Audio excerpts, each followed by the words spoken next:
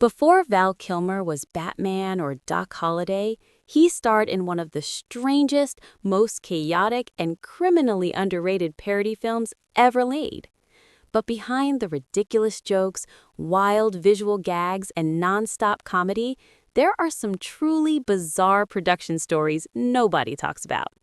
Today, we're diving into 10 weird facts about Top Secret, 1984, that will completely change how— Miss the joke, because the real hit comes later, when you realize it was right there. But behind the accents, the spy cliches, the surface chaos, this movie was built with frightening control. Top Secret played like the airplane that never got locked down. Val Kilmer walked in with a gift that came with friction attached, and the movie kept finding ways to crack its toughest faces with a single gag. These are 10 weird facts about Top Secret, the parody that plays stupid on the surface and never makes a single mistake. Number 1. It starts like a normal action gag. Two guys spill out of a truck, slam into the road, and tumble off a bridge like the movie is about to cash in its punchline and move on. Then, the film does something that feels illegal. The fight keeps going, underwater, inside a fully furnished saloon, a bar where every chair and glass had to be bolted down just to resist the pull of the water, even the rhythm of a classic brawl. Except none of it is a trick. They built that entire saloon inside a massive Pinewood Studios water tank and filmed it for real, fully submerged. No CGI, no hidden safety cheat that makes it easy. Val Kilmer and his scene partner had to hit choreography beats while holding their breath, resetting again and again as the clock in their lungs ran out. The shots were broken into tiny bursts, around 10 to 15 seconds at a time, because that was all the air they could afford before the body starts panicking. Then they'd surface, take oxygen, reset the furniture, remark positions, and drop back into the tank to do comedy like it was a stunt sequence. And that's the part that makes it feel insane. Comedy needs timing, it needs control, it needs the actor to look relaxed while everything falls apart. Underwater, you lose all of that. Every movement becomes heavy, every reaction becomes slower. One wrong breath turns a joke into a medical emergency. Kilmer refused to treat it like a throwaway gag. He got certified to dive, fighting for a clean performance while his lungs fought for air. He didn't just play the scene, he executed the joke like a life or death mission. Number 2. The Swedish bookstore scene feels like one of those gags you assume is just clever casting. Nick and Hillary walk in, start talking, and suddenly it sounds like they're speaking fluent Swedish. Peter Cushing answers back like he's lived there his whole life. The rhythm feels natural, the body language matches. Nothing looks performed. That's the trap. They weren't speaking Swedish at all. They were speaking English, backwards. The actors learned every line phonetically in reverse, then performed the entire scene in reverse motion too. They had to master the physics of a gesture in reverse, ensuring a simple handoff looked natural once the footage was flipped. Even the little pauses that make dialogue feel human. They had to memorize what their mouths were supposed to do when the sentence was literally flipped inside out, and if one syllable was off, the whole illusion cracked. Then the footage was reversed in post-production. Suddenly the bodies moved forward like normal, but the sound became a convincing foreign language. It's one of the rare movie tricks that gets weirder the more you understand it, because the effect is basically the actors doing mental gymnastics until reality breaks. The cost was brutal. They rehearsed it for a full day just to build muscle memory, then spent another day shooting it over and over until the timing stopped looking unnatural. Around 17 takes just to make the scene feel effortless. And here's what makes it hit harder. The scene isn't there to move the story forward. It's there to prove a point. This movie will do the most difficult version of a joke, just to make you feel normal for 30 seconds. The first time, you accept it. No questions. The second time, something feels off. The mouths move a little too perfectly. The rhythm is a little too smooth. Then the truth lands, and the scene mutates into a rewatch trap. Now, you're not listening for plot. You're hunting for the seams. Watching hands, eyes, timing, tiny pauses. And every time you catch how clean it is, you laugh again. Not at the dialogue, at the insane effort hiding underneath it. Number 3. Airplane feels like the version that made it out clean. The jokes that hit. The rhythm that locks. The chaos that still lands on one watch. Top Secret feels like the other version, the one that never got filtered. David Zucker, Jim Abrahams, and Jerry Zucker built both. To history, they're simply zazz. And this feels like the moment they opened the vault. Every gag they'd ever loved dumped onto the table, daring the movie to survive it. Nothing is too small to be a punchline. Nothing is too weird to try once. A joke can last a single blink. A visual gag can hide in the corner like contraband. A whole scene can exist just to prove they can do it, not because the story needs it. And that's the real design. It doesn't guide you through comedy. It overwhelms you with it. Setups are built like traps. Logic gets used once, then thrown away. Background details get more care than the plot. Jokes don't wait for permission or understanding. They just happen, trusting that your brain will catch the shrapnel later, on a rewatch, when you finally realize how much you missed. Airplane fires straight at you. Top Secret empties the entire clip, turns off the lights, and lets the room react in waves. That's why it feels messy to some people, and why why it feels legendary to others. It's not a polished sequel. It's the lost airplane, the one where they kept everything. Number 4. All that comedy laboratory chaos had one big risk. If the movie didn't understand the genre it was mocking, the gags wouldn't feel like sabotage. They'd feel random. Zaz could bend physics all day. They could hide jokes in the corners and fire punchlines at your peripheral vision. But a parody only hits hardest when the world underneath it feels legit. The officers have to sound like officers. The missions have to feel like missions. The stakes have to walk and talk like a real war film, so the absurdity can slice through it clean. That's why Martin Burke mattered. He wasn't brought in to add jokes. He was brought in to give the joke a backbone. Burke understood the grammar of war movies, the command structure, the tension beats, the serious pacing that makes authority feel heavy. Once he entered the room, the film stopped wobbling and locked into a target. Suddenly, the comedy wasn't floating in space anymore. It had something solid to crash into. Jerry Zucker later admitted the truth straight. Without Burke, they might not have cracked it. Top Secret didn't get sharper by getting sillier. It got sharper by getting more accurate, right before it detonated. Number 5. After Airplane, they could have chased the easiest laugh in comedy: celebrity recognition. It worked in Airplane for a reason. The moment a famous face walks on screen, the audience reacts before the joke even arrives. The laugh is automatic. But Top Secret needed a different kind of fuel. If viewers kept noticing cameos, the movie would start feeling like a sketch show, a parade of winks, a look who it is game that pulls you out of the world every few minutes. So Zaz did something weirdly disciplined. They made a quiet rule and stuck to it. They stripped away the safety net of celebrity, forcing the movie to survive on its own atmosphere. That decision shaped everything you feel while watching. Nick Rivers had to be played by someone the audience didn't already know, so Val Kilmer, a total newcomer, became the lead. And for Hilary Flamand, they chose Lucy Gutteridge instead of a more recognizable option like Pamela Stephenson. Not because Stephenson lacked talent, but because recognition carries baggage. The second a viewer thinks, "Oh, it's her," the spell cracks. The performances had to stay straight, and the romance had to feel real. While the visuals did unhinged things in the background, the tone played it serious, forcing the jokes to land harder because the characters didn't know they were in a comedy. By banning famous faces, they protected the illusion. The audience doesn't see a sketch. They see a reality so convinced of its own stakes that the nonsense becomes invisible. Number 6. Once the movie committed to playing everything straight, the lead had to be the same way. Nick Rivers can't feel like a comedian doing a bit. He has to feel like a real romantic hero who just wandered into a world where logic keeps breaking. That's how Val Kilmer slipped in. In 1984, Val Kilmer arrived as a clean slate, a young, stage-trained performer with zero screen history and no public image to compete with the character. He gave the audience nothing to recognize, just a cold, serious control that let the performance exist without distraction. And that control is why the whole movie holds. Kilmer plays Nick like a genuine leading man. The love story stays sincere. The swagger stays calm. He never turns to the camera with a smirk that says, "Get it?" He just keeps going, steady and confident, while everything around him turns increasingly unhinged. That choice is the real trick, because the gags only explode when somebody in the frame refuses to admit the world is a joke. Kilmer gives the chaos gravity. He gives the absurdity contrast. He makes the parody feel like a real film that keeps getting hijacked by nonsense. And the moment audiences saw he could do all of that at once, the door opened fast. A newcomer who could sell comedy, charm, and sincerity without breaking the spell was suddenly rare and valuable. Number 7. But that kind of talent doesn't arrive alone. It brings pressure with it. Fresh out of Juilliard, he carried that stage-trained instinct where every beat has to be earned and every moment has to be placed. Preparation was protection. Precision was how you stay safe. That kind of seriousness can create electricity on screen, but inside a Zaz spoof, it creates pressure. The comedy wants air. He kept giving it structure, and the crew felt it. Some days he was sharp and playful, totally present, hitting the timing like he'd been doing screen comedy for years. Other days, he was sealed up. He became a silent, pressurized presence on set. The mood on set could swing with him, which is why people started joking. There were two Vals, not as an insult, as a survival note. The friction wasn't ego, it was effort. Kilmer rehearsed like the movie's reputation depended on his performance alone. He ran lines until they stopped sounding casual. He tried to lock the moment down. But a parody like this is designed to slip, to surprise you, to let accidents become punchlines. The harder he held the wheel, the more the set had to compensate to keep the tone light. Even his distance had a purpose. Nick Rivers needs cool authority, so Kilmer stayed professional and guarded to protect that center. It helped the character. Off camera, it could stiffen the room. Comedy sets thrive on play. When one person turns it into a high-stakes exam, everyone starts feeling the clock. Nothing exploded, but the pattern showed itself early. Top Secret gave Hollywood its first look at the thing that would follow him for years. A performer with undeniable ability, who could raise the temperature of any scene, and raise the blood pressure of the people trying to make it with him. Number 8. That intensity needed somewhere to land. The music gave it a target. Nick Rivers only works if the music feels dangerous. If the songs are a joke, the character dies. Val Kilmer refused the safety of a dubbed voice or a studio fix. takes. He stepped into the booth and cut every track himself, forcing the parody to survive on his own lungs. He didn't just play a rock star, he delivered a real record that the world could take home and judge. And the movie didn't keep that proof locked inside the jokes. The soundtrack was released as a real album, meaning his voice wasn't just part of the comedy. It became something people could replay, judge, and remember outside the film. For a first-time actor, that is a dangerous kind of exposure. One weak note and you don't just hurt a scene, you hand the world a label. He still did it. Then came the prank that accidentally explains his whole mindset. Before shooting, the Zaz team told him he had to learn guitar for the role. Mandatory, no shortcuts. So he went into full discipline mode. Months of practice, serious training, the kind of work you do when you expect the camera to punish every mistake. By the time he arrived, the truth barely mattered. He was only meant to fake the strumming. But that's the irony. Not that they fooled him, but that he'd already done the work anyway. He treated credibility like a survival requirement, convinced the audience could smell a shortcut from the back row. That intensity didn't just tighten the set, it forced him into real risk and real exposure before Hollywood had even decided what kind of leading man they were looking at. Number 9. For a movie that feels like it has endless set pieces, the money was surprisingly tight. The budget sat around $8 to $9 million, which meant every big moment had to be earned. So instead of blowing cash on stars or flashy extras, the production spent it on something smarter, scale that looked real. That is why they left California and built the movie in the United Kingdom. Shooting in southern England and at Shepperton Studios gave the parody a serious backbone. Real locations, real atmosphere, the kind of grounded texture that makes the jokes hit harder, because the world looks like a proper Cold War thriller right before it starts behaving like a cartoon. And then the best trick happened quietly, like a filmmaker's steal that feels illegal. While working in England, the crew found a miniature city model that had been built for Superman the movie. Instead of letting it rot in storage, they recycled it into Top Secret, turning yesterday's superhero skyline into today's spy movie geography. A modest comedy built from the leftover muscle of a giant. It used blockbuster scale to sell a 2-second joke, grounding the world just enough to make the eventual collapse feel earned. Number 10. Top Secret didn't lose because it was weak. It lost because it was too weird to be measured like a normal comedy. The first warning sign came before the public even saw it. Early test screenings led to a hard trim, about 20 minutes shaved off. The kind of cut that tells you the studio was nervous about how strange the comedy really was. They wanted it faster, cleaner, easier to get on one watch. Then it opened, and the numbers landed with a weird kind of disappointment. Around 20 million worldwide is not a flop on an $8 to $9 million budget, but expectations were warped. This was the follow-up to Airplane, a lightning strike that had made audiences and studios expect another instant takeover. So Top Secret got stamped with a label that stuck for years: letdown. The reactions matched the confusion. Some critics saw it as scattershot, too many jokes, too many directions, like the movie refused to behave, and they took that personally. Even David Zucker later talked about it like a machine built to deliver gags more than a neat traditional story. Others understood the point immediately. Roger Ebert argued that picking at the plot was missing the joke. The real structure was momentum. Surprise. The way one absurd idea slams into the next before your brain has time to complain. And that is where the long game begins. This kind of comedy is built for rewatches, not opening weekend clarity. On home video and late night TV, it stopped being the movie after Airplane and became its own thing. People didn't discover it in a theater with expectations. They found it at home, half watching, then suddenly realizing the background was funnier than the scene, rewinding and getting hooked. It did not win the summer. It won the replay button. Bonus fact. It starts like a and that wraps up 10 weird facts about Top